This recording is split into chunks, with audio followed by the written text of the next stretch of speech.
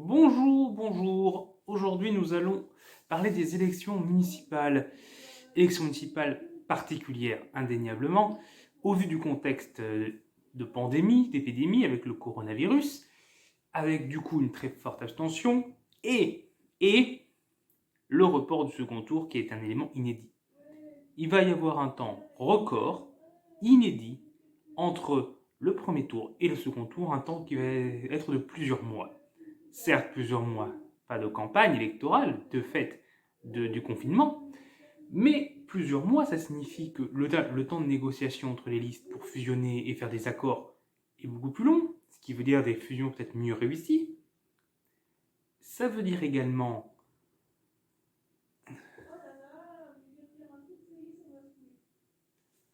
mais ça veut dire également,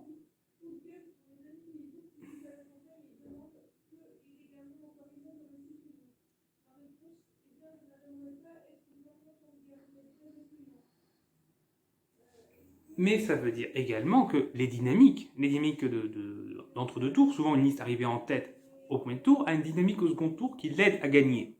Mais est-ce que cette dynamique va rester pendant plusieurs mois ou est-ce que ça va être remis à zéro? On peut aussi rajouter le fait, déjà, l'abstention qui ne sera pas du tout la même puisque le second tour est reporté après le virus.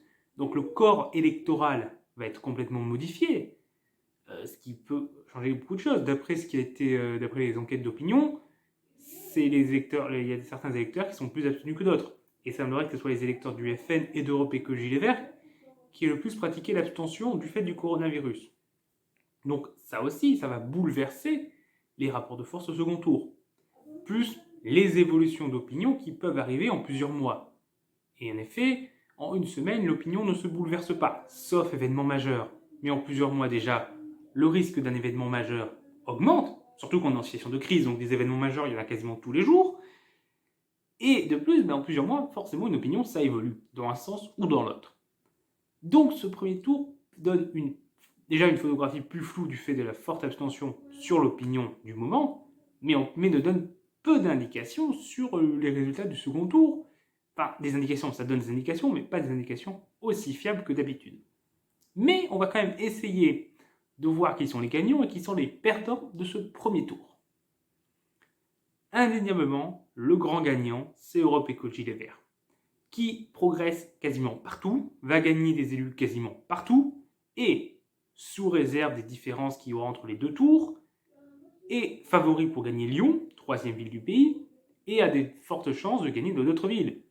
Bordeaux, Tours, Besançon, Strasbourg, donc des grandes villes que Europe Écologie Les Verts pourra gagner. Là où jusqu'à là il ne tenait que Grenoble, qui sont en voie de gagner très largement cette année et donc de conserver. Et donc, entre les gains d'élus aux conseils municipaux un peu partout, les grandes villes gagnées et le leadership pris sur la gauche à pas mal d'endroits, même là où ça n'y aura pas de victoire, Europe Écologie Vert va sortir probablement, encore une fois, sous réserve de ce que nous montrera le second tour, mais va sortir probablement renforcé de ce premier tour, enfin de cette élection municipale, renforcé en nombre d'élus et renforcé au sein de la gauche. Et qui pourrait ainsi, après les élections européennes déjà qu'il avait propulsées là, apparaître comme une sorte de figure de rassemblement de la gauche, aussi un dénominateur commun, plus rassembleur peut-être que ne serait le PS ou la France insoumise pour certains, vu que les insoumis détestent le PS, et avec de bonnes raisons, et le PS trouve les insoumis bien trop à gauche. Les Verts peuvent apparaître un peu comme consensus. Donc ça leur donne une carte à jouer indéniablement, quoi que l'on pense de ce parti, et du fait que ce parti défend plutôt un capitalisme vert, qui est plein d'illusions et, à mon sens, une impasse. Mais, d'un point de vue d'analyse politique, Europe Écologie Les Verts a clairement une carte à jouer. Néanmoins, ça ne sera pas la première force politique du pays en termes de conseillers municipaux. Cette première force politique va rester probablement les Républicains. Pour une raison très simple, c'est qu'il y a eu une énorme prime aux sortants cette année, qui s'explique par la situation de crise. Les gens ont peur, donc les gens ont un réflexe de vote légitimiste, de voter pour le sortant, de soutenir celui qui est en place pour la continuité. Et donc on a vu des scores historiques de candidats sortants. Dans ma ville, le maire sortant fait 70% des voix, alors qu'il y a plein de listes en face, alors que c'est loin du score qu'ils faisaient en 2014.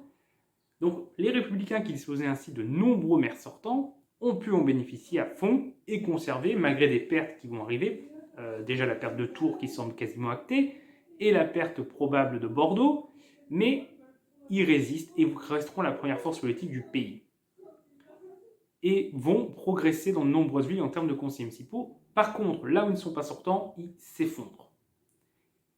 Cette prime aux sortants, malheureusement, n'a pas fonctionné pour tout le monde. Les candidats maires d'En Marche en ont assez peu profité et quelques maires contestés ou sortants depuis peu, avec des renouvellements en cours de mandat, ont souvent moins bénéficié. Par exemple, à Tours, le maire LR a peu bénéficié de cette prime aux sortants. De son côté, le Front National a un résultat assez contrasté. Ces maires sortants font des scores souvent très élevés, en progression partout, parfois réélus de manière glorieuse, sans contexte, profitant de cette prime aux sortants. Parce qu'à côté, à part quelques villes où il peut y avoir des espoirs de conquête, quelques petites villes autour de Béziers par exemple, ou Perpignan, où le Alliot a ses chances qui sont quand même loin d'être acquises, ça va être quand même compliqué pour lui, mais à la plupart des endroits, le Front National s'effondre. À Paris, il fait 1,5% des voix contre 5% en 2014. Vous allez me dire, bon, c'est une ville pas favorable de base, il chute, mais c'est pas grave. Lille, 18% des voix de mémoire ou 16 en 2014. 8, je crois que c'est 6% cette année. Bergerac passe de 16 à 12. Châteauroux, il était à plus de 10% des voix. Je ne sais plus exactement combien, mais il était au-dessus des 10%. Il fait 5% cette année. Partout, quasiment, le Front National chute. Si on ajoute en plus à ça les endroits où il n'a pas pu se présenter, par exemple Limoges, qui est d'ailleurs aussi un exemple de maire LR réélu grâce à la prime au sortant, alors que c'est une ville qui est clairement à gauche, mais le Front National, lui, de son côté, candidat en 2014, au second tour en 2014, avec des élus sortants, n'a pas réussi à présenter de liste. Forbach est aussi un bel exemple où la liste Front National qui avait été menée par Philippot en 2014 était au-dessus des 30%. Cette année, Philippot fait 9%, le Front National 4%. Si on additionne les deux, c'est même pas 14% des voix. La chute est très lourde. Et donc certes, le Front National peut se montrer haut et tout en montrant ses maires sortants réélus largement, mais au final, le bilan est quand même très négatif. Et en plus, certains de ces maires sortants sont menacés. À Mantes-la-Ville, par exemple, ou à Marseille, où Ravier est loin d'être sûr de regagner sa mairie d'arrondissement. Et donc, si certes le FN a réussi à conserver la plupart de ses mairies sortantes, ce qui montre que sa gestion n'est pas aussi catastrophique que celle des années 90, malgré quelques affaires et la politique anti-pauvre menée par les maires FN, il semblerait qu'ils arrivent à bénéficier de cette prime aux sortants. Ensuite, le Parti socialiste. Il va progressant à la fois parce qu'il sera présent dans des majorités d'Europe Écologie Les Verts dans les villes gagnées, et ses gains de gauche, plus quelques gains de gauche également à des échelles plus petites par des candidats PS, fait que le Parti socialiste, pour qui le cru 2014 avait été catastrophique, va progresser. Mais par contre, il perd clairement de son leadership à gauche. Europe Écologie Les Verts a pris cette place de leadership. Donc le PS a d'un côté des gains d'élus, mais une perte de leadership. Donc c'est un résultat également pour eux assez contrasté. Ensuite, nous avons la gauche de la gauche. France Insoumise, résultat catastrophique. Des scores médiocres. Châteauroux, ils font 4% des voix. Là où ils sont présents de manière autonome, sans alliance, seuls, leurs scores sont très bas. Très souvent en dessous des 5% des voix. Et à part quelques bastions, par exemple en banlieue rouge, autour de Paris, Seine-Saint-Denis, Val-de-Marne, où ils ont quelques endroits où ils font des bons scores, parce qu'ils ont des candidats parfois implantés, mais souvent leurs scores sont très bas. Là, par contre, là où ils font partie à des alliances de la gauche, avec le PCF, Génération ou Europe Écologie Les Verts, il y a des résultats déjà un peu plus encourageants. Le PCF, de son côté, gagne dès le premier tour, il a plus de mairies. Il fait un gain de mairie, parce que globalement, par rapport au premier tour, il perd 5 mairies sortantes qui sont perdues, et il en gagne 9. Donc pour l'instant, on est sur un gain, et au second tour, il y a eu la réélection magistrale de Patrice Bessac à Montreuil, dès le premier tour, donc, là où l'élection 2014 avait été difficile, donc c'est plutôt positif. Le second tour, par contre, s'annonce quand même un peu plus compliqué, parce que Certes, il peut gagner des mairies localement, mais il y a quand même plusieurs villes phares qui sont menacées. En banlieue rouge surtout, où là où la France Insoumise fait des scores plus élevés qu'ailleurs, elle a réussi à fortement concurrencer le PCF, sans lui passer devant. Sans lui passer devant, les candidats PCF restent devant la France Insoumise, que ce soit à Aubervilliers ou à Saint-Denis.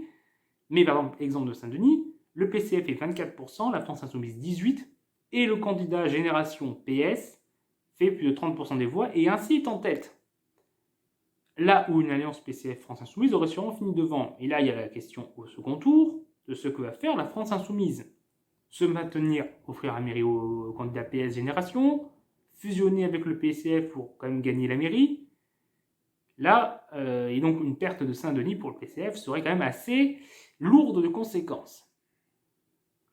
Donc, pour le PCF aussi, le bilan est certes au premier tour positif, mais le second tour pourrait être beaucoup plus contrasté. Même si l'éventuel gain du Havre face à Édouard Philippe, qui est tout à fait possible, puisque Édouard Philippe est certes en tête au premier tour, mais il manque de réserve de voix au second tour pour battre Lecoq, qui est candidat PCF, avec des France Insoumises et des mouvements citoyens autour de lui. Donc, le PCF peut à la fois soit sortir affaibli de cette élection s'il venait à perdre Aubervilliers et Saint-Denis sans gagner le Havre, mais de l'autre côté, il peut également se retrouver aussi finalement avec à gagner, garder toutes ces villes quasiment, et en gagner pas mal de nouvelles, dont le Havre, qui est quand même une grande ville. Donc, le second tour, qui, comme je vous l'ai déjà dit, est un gros suspense au vu du contexte, sera déterminant. Quant à En Marche, pour eux, clairement, c'est une défaite. C'est une défaite sans appel. Beaucoup de maires sortants non réélus, battus dès le premier tour. Quasiment aucune conquête alors qu'ils avaient très peu de sortants. Des scores très bas, aucune victoire au premier tour quasiment à part pour quelques sortants. Et ouais, les listes autonomes sont souvent très basses. Souvent, l'étiage est entre 5 et 15%. À Châteauroux, ils font 5%, alors quand même, il y a un député En Marche sur la ville. Perpignan, ils font 12%. Enfin voilà, quasiment partout, ils sont derrière les candidats de LR. Paris, par exemple, qui est pourtant un bastion d'En Marche, ils ne font que 17-18%. Donc Marseille aussi, où ils font 7%. Donc ils se retrouvent comme dépassés à la fois par les candidats d'Europe Écologie Les Verts, les candidats du Front National régulièrement, pas toujours, parce que le Front National, comme je vous l'ai dit, a fait des scores mauvais, souvent derrière les candidats LR et parfois même derrière les candidats PS et autres candidats de gauche.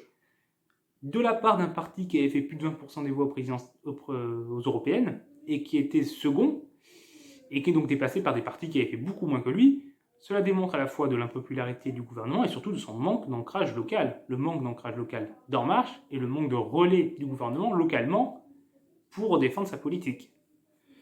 Donc, voilà, on a fait un petit tour d'horizon, je crois, des bilans des municipales, parce qu'après, voilà, il y a les petits candidats, les petits mouvements politiques, l'extrême gauche, et sans le NPA. Il faut préciser que le NPA fait un meilleur cru que 2014, qui avait été catastrophique. Plus de listes présentées, quelques beaux scores, surtout à Bordeaux, avec Poutou soutenu par la France Insoumise, qui fait 11 et quelques pourcents. Donc, possibilité là d'avoir des élus. Vu le nombre d'élus à Bordeaux, la liste commune devrait obtenir 3-4 élus, probablement. À voir si la répartition entre France Insoumise et NPA, mais déjà le NPA va gagner un conseil municipal, ce qu'il n'avait quasiment plus depuis 2014.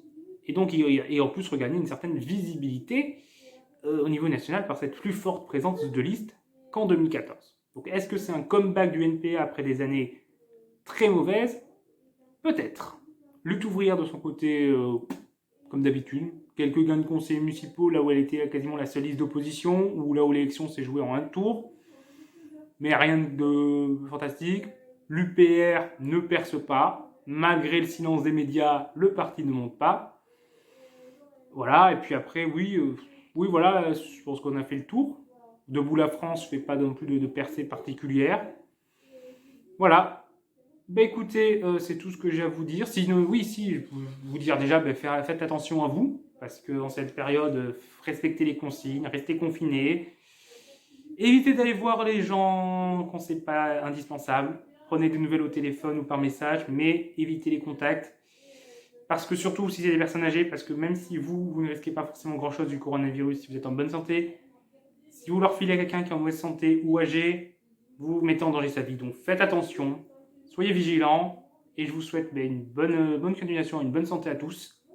Au revoir tout le monde.